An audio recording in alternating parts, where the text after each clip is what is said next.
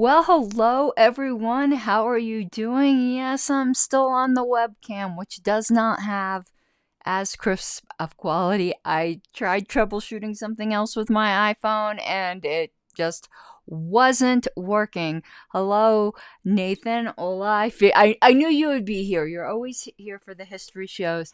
And what I have been forgetting is I have been neglectful of my sponsor, but it is good to, I think, spread it out a little bit. So if you all haven't heard, Sean Dempsey from New Hampshire, he is quite a prolific author. I was promoting his children's books before, which is more my speed because this is an investor's book.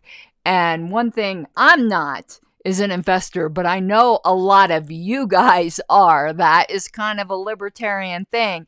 So you will want to check this out, The Investor's Warp Whistle by Sean Dempsey. He's been a faithful supporter of this show, and I'd be truly appreciative if this is your thing to check out this book. Okay, well, it was quite a ride last week, and I don't mind doing LP Inside Baseball stuff at the beginning of these shows because it's a show on LP history, and history I think was made last week, and that's why I didn't have any shows. Hopefully, for those of you who follow along, I got this. It's on this side. This one, like my curls are going up this way, like on that one. Go under. Go under. All right. It's still not. Okay. It's a libertarian hair clump there. So yeah, last week, hopefully, you guys understand why I was a bit too busy to do a show. And I keep saying going to get back on a regular schedule. And I think I hex myself, but that's always my intention. Got a new subscriber, a Patreon subscriber. And speaking of Patreon, I would really appreciate it if you would support me on Patreon at patreon.com/Pink Flame of Liberty. Just last night, I uploaded the next installment in our book discussion. Book discussion stuff is patron only, or YouTube member only, because YouTube has memberships. And if that's what you would prefer to do, you get the same stuff. But also what YouTube members and patrons get is advanced viewing of the shows from my other channels, which is Jurassic Dictionary, where we examine odd, unusual, dead, or dying words, particularly if they have a cool historical spin, and Pink Parliamentarian. If you're an LP person, you'll enjoy Pink Parliamentarian. It's under 10 minutes and you will learn just quick tips on Robert's Rules of Order, hopefully in a very understandable and easily digestible way. Okay, anything else? I think that's it. And we're going to move right into... I got something in my teeth. I had dinner before. I know you like my orange polish. Isn't that pretty? I did it for the second time this week because I just love this color so much. Sorry, I just had gotten distracted by the flash of orange. See, Bunchy was too. Bunchy is very, very excited. So I figured to get right back into it like I tried to last time, we'll just go right to history. I actually have a pre-recorded show kind of sort of interacting with Matt Walsh, because that's my secret fetish, not so secret fetish, interacting with Matt Walsh, and I'm going to get that edited down hopefully tomorrow and up. But today we are going back to, so this is the second time we are revisiting this well of LP news, January, February of 1977. And I'm going to do this time what I wanted to do last time, but a different article struck my fancy. And this is something we don't do any longer. I mean, we kind of have, but it's the title, and it's this dumb webcam does auto-focusing, which I don't like. Regional Conferences Kick Off 1977. Now, my history with the party, and hello, Dave Davis, starts in 2014. And obviously, I've learned historical stuff through working with the party archives, but I'm not as familiar with, the pet projects of each year. And this is the first I had heard of regional conferences. Now, I think we've done something similar where we had regional trainings, and that had its heyday when Kara Schultz was our political director. From what I understand, or was she campaigns director? You know, Kara helped with candidates. I don't know if she officially had the title of political director. That might have been Carla Howell, but y'all know. So we're going to read about these and see if they're similar to what we've done recently. It doesn't seem like it to me, particularly since they're calling them a conference. I don't know. I'm envisioning, I haven't read this yet. I'm envisioning mini conventions, but that could just be me. So we shall see. So it starts off. Libertarian activity in 1977 has been highlighted by a series of regional libertarian conferences held around the country. Okay, now it's going to say the purpose, and we'll see if my sense was right. But I don't think it was, looking ahead. The purpose of these regional conferences is to bring together activists from different geographical locations to get to know one another and discuss common experiences and problems. So it's more of a get-together, so more of a convention type thing. An important aspect to the conferences now planned is their stress on information with an immediate and practical application to political action at both the state and local level. Not to put down anything that's currently happening, but focusing on local stuff has been a part of the LP since the beginning. I am really glad we are still doing that. But when we just give credit to people of today, we are really just trashing the activists of yesterday and forgetting that we stand on the shoulders of giants. The foundation for what we have now was laid by countless hours and blood, sweat, and tears of people who came before us. And it's always so important for me to remember that. And 25 years from now, we're the people that are laying the foundation for them. And we wouldn't want to be trashed either or forgotten.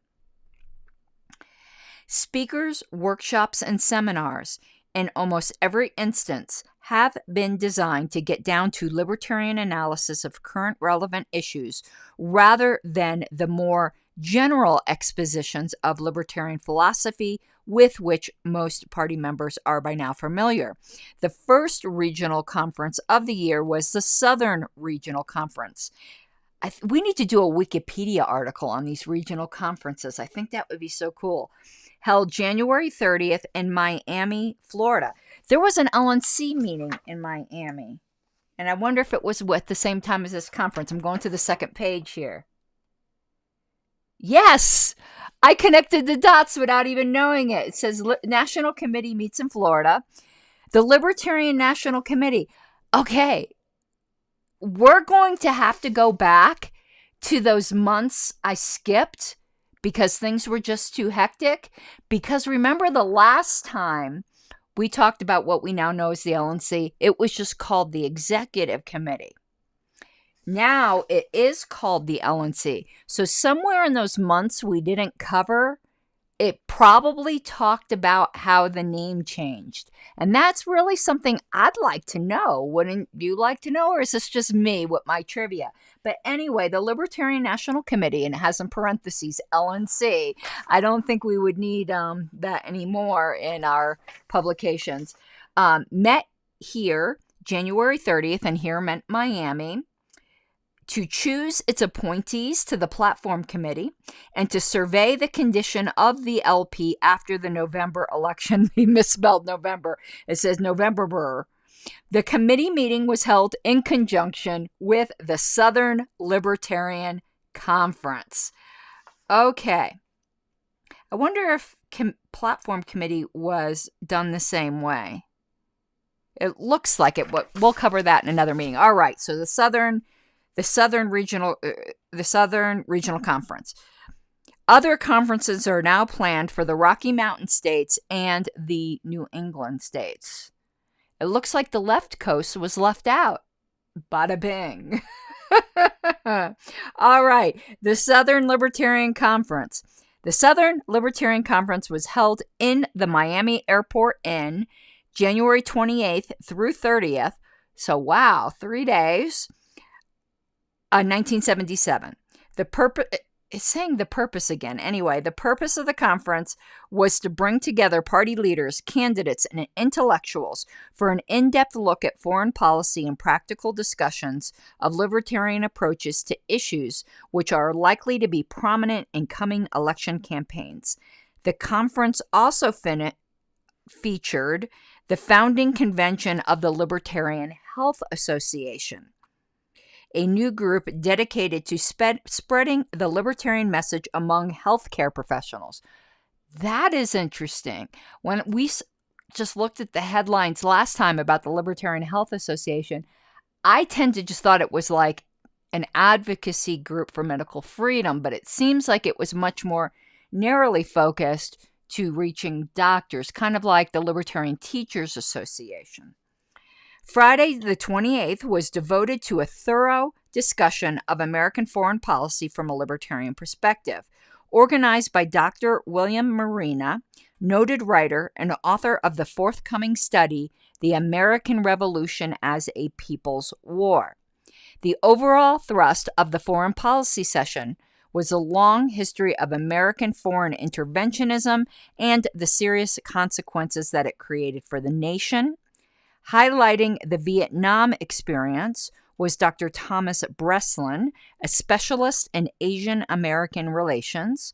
Professor Leonard Liggio gave a historical survey of American empire building, stressing the view that this pattern could not be explained adequately as mere responses to aggressive activities from other nations. Sounds super, super interesting. And you can go to Lpedia and look this up, but there's a cute little picture there of Bill Evers, who was the former LP News editor, and Jim Clarkson, the Georgia LP chairman. Okay, and they were both at this conference.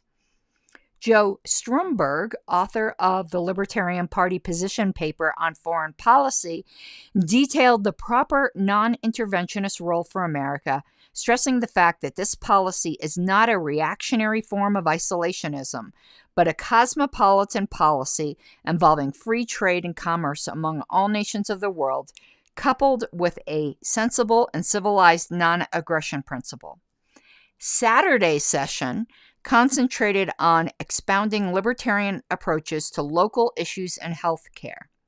James Clarkson, chairman of the Georgia LP, delivered a slide presentation and successful techniques for fighting City Hall. Oh, focusing on local in the 70s? Who'd have thunk?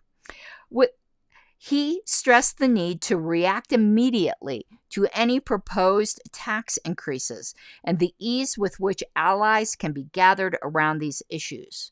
Richard, I'm never going to pronounce this name, Bjornseth, very Nordic last name, co-founder of the Association for Rational Environmental Alternatives, presented the libertarian perspective on such key municipal issues as zoning, transit, and sign ordinances. He used examples in Houston, which has no zoning or sign ordinances. I don't think that's true of Houston anymore. Houston, do we have a problem? Are there now zoning and sign ordinances? Does anyone know? This is interesting. In 1977, they didn't have it.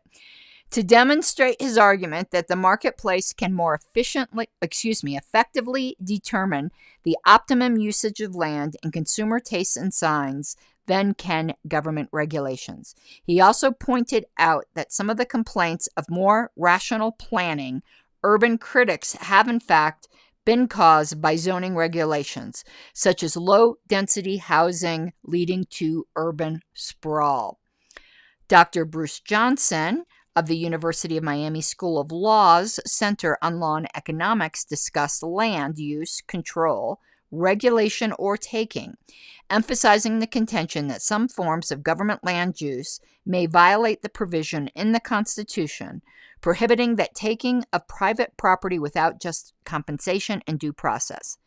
He also discussed the difficulty of distinguishing between significant and insignificant external effects of private property usage, noting that externalities are a common justification for land use controls. It's kind of like think of the Children for Land.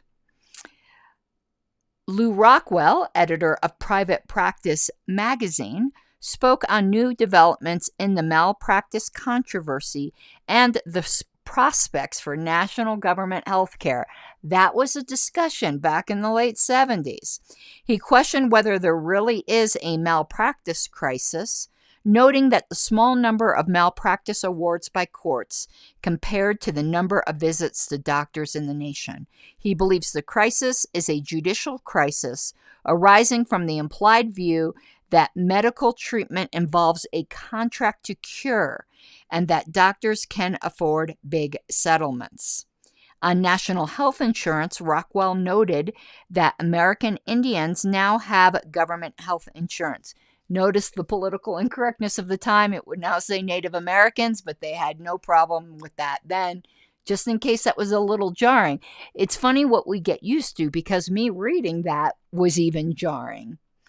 In Oklahoma, an Indian must wait over 3 years for even minor operations. Sounds like Canada. The clinics are decrepit and dirty and open only 9 to 5, even for emergencies. Damn, that's harsh.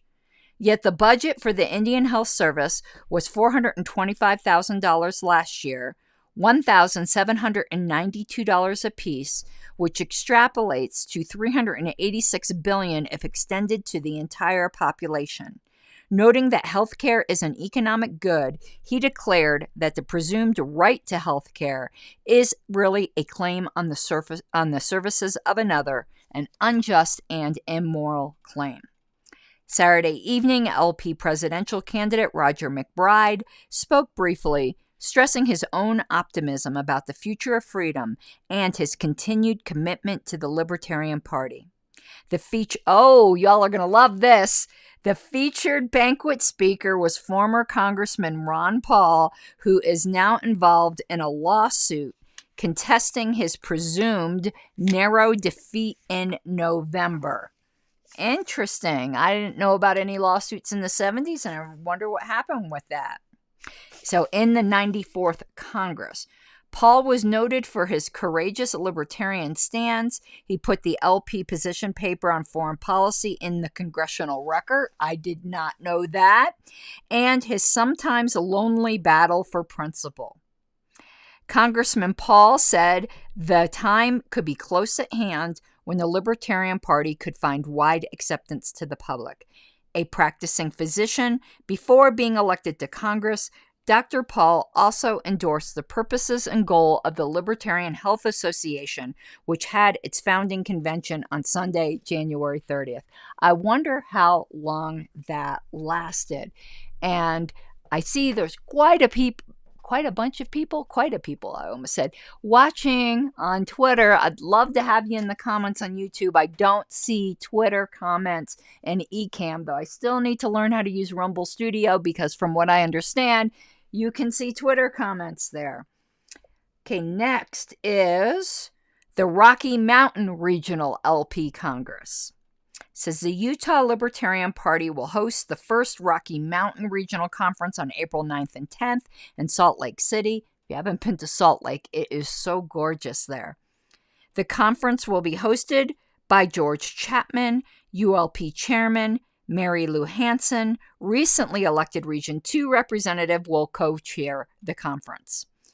Conference highlights will include seminars on free enterprise with Susan Love Brown and George Chapman, taxes with David Berglund and Robert Poole, feminism with Tony Nathan and Marge Chapman, and energy and environment with Stephen Carr, Eugene Guccione, and Steve Trotter. Featured speakers at the conference include Ralph Raico on civil liberties, The Failure of Conservatives by Steve Trotter, and Robert. The way this list is, it's really difficult. Robert Poole on local taxes, and George Chapman. I don't know who was saying on what. They wrote that sentence really awkwardly. Special Saturday evening banquet speakers will be David Berglund and Ed Crane.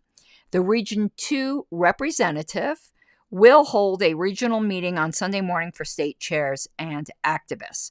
The ULP would like to invite all LP members from Region 2. This was Region 2 at the time. Idaho, Montana, North Dakota, South Dakota, Utah, and Wyoming. Where's Colorado?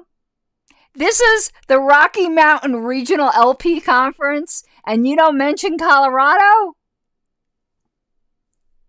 What's that mean?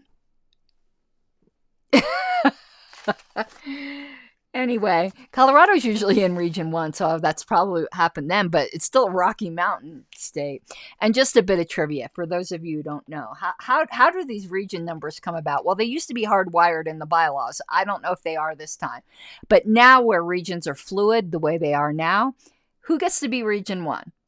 Well, there's a custom that whatever region Alaska is in is Region 1. If Alaska is regionless, then the next falls to Colorado. Whatever region Colorado is in is Region 1. Region 1 right now contains both Alaska and Colorado.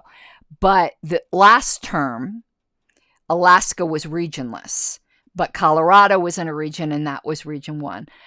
A lot of you don't know, because you're used to me being LP secretary, and it is my fourth term as LP secretary. But 2016 to 2018, I was Region 1 representative, and I think I had 9 states. I don't think I can name them all now. Arizona, Colorado, Hawaii, Montana, Wyoming, Alaska, Utah, Washington. I'm missing one. Which one? Was it Kansas? Kansas. I'm pretty sure it was Kansas. I think those were my 9 states. Can't believe I remembered that. Okay, let's continue. New England Regional LP Conference.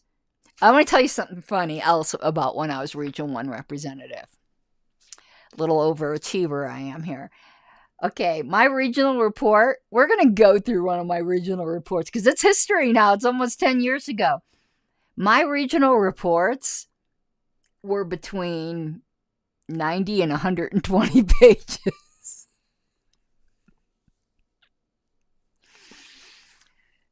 Yeah.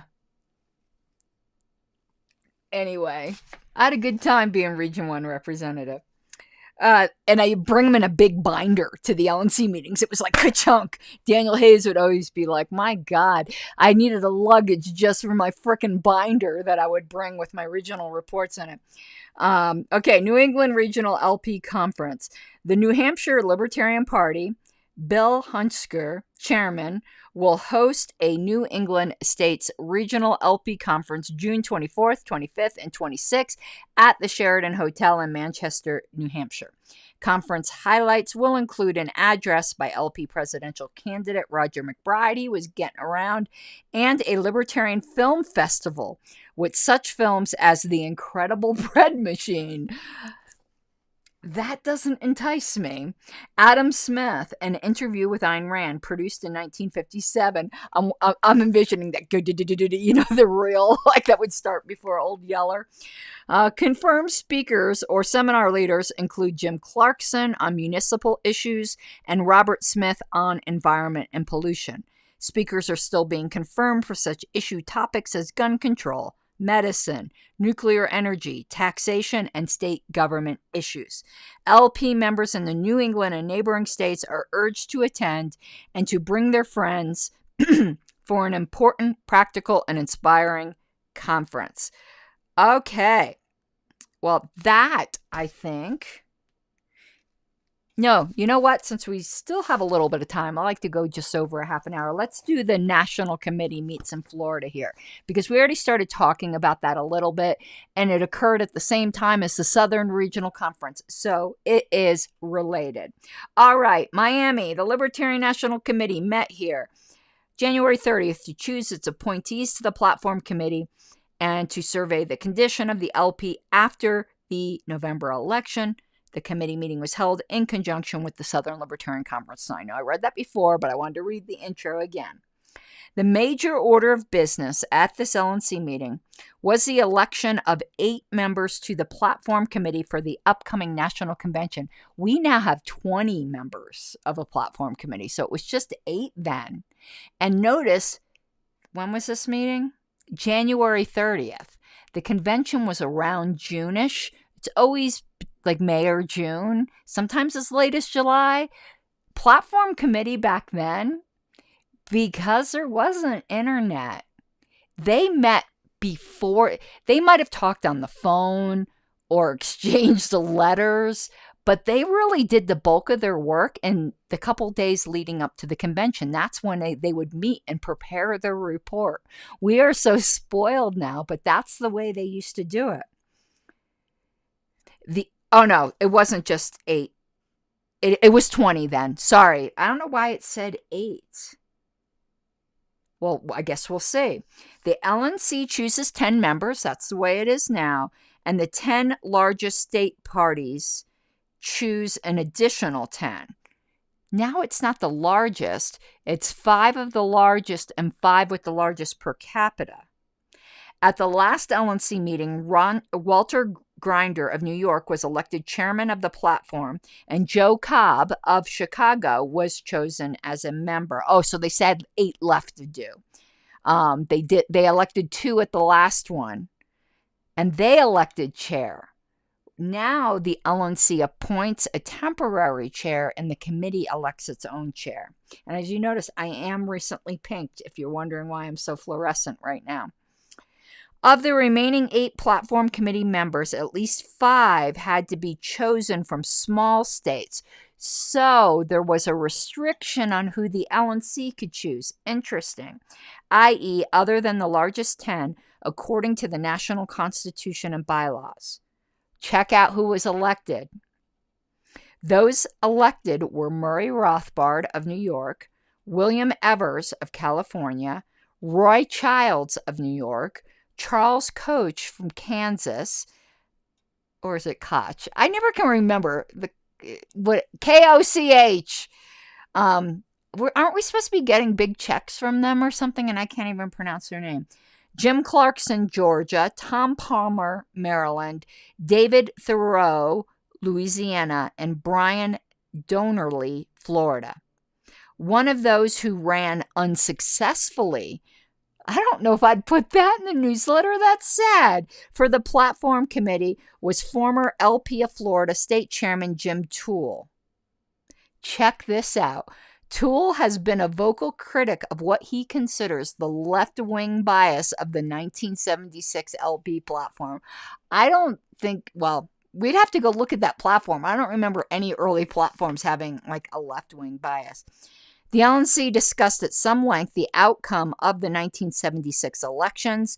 It was pointed out that approximately 1 million voters cast ballots for at least one LP candidate. LP candidates for state and local office generally ran much better than the presidential ticket. The McBride-Berglund ticket did receive between 1% and 2% of the vote in counties in Alaska, where it garnered nearly 6% statewide, then California, Nevada, Hawaii, Idaho, Arizona, South Dakota, and Mississippi.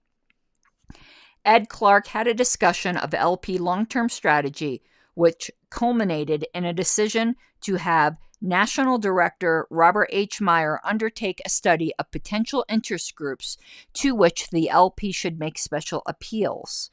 Although no group should be ignored, it was the consensus of the committee that the prospects. Check this out. Check this out. It was the consensus of the committee, meaning the LNC, that the prospects for inroads into the Democratic Party's constituency are brighter than those for inroads into the Republican Party's constituency.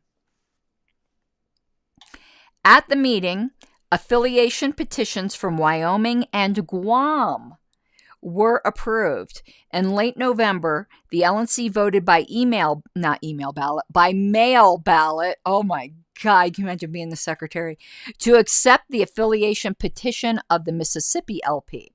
This brings the total of affiliated state and territorial parties to 47. The National Libertarian Party was founded in 1971 and granted affiliation to 13 states at its first convention in 1972. Fran Youngsting, National Treasurer, submitted the annual financial statement, which showed the LP made expenditures totaling $166,000 during the year. The McBride for President campaign spent about $350,000. The next LNC meeting will be held at the July 14th through 17th National Convention in San Francisco. Okay. That's it. That's it for that one. So, hope you enjoyed this jaunt through history, and hopefully I will have some more content for you soon. And everyone was quite quiet in the audience tonight, so I am going to vamoose. I've got a lot of LP work to do. So until next time, I hope you have an awesome night. Mi guapas de libertad. You gotta take what you're given, that's how we live it. Don't be mad at the system, it's simply how we've existed. I hear a lot of people talking like they politicians and choose to be an accountant because it's safe in the business, not because they want to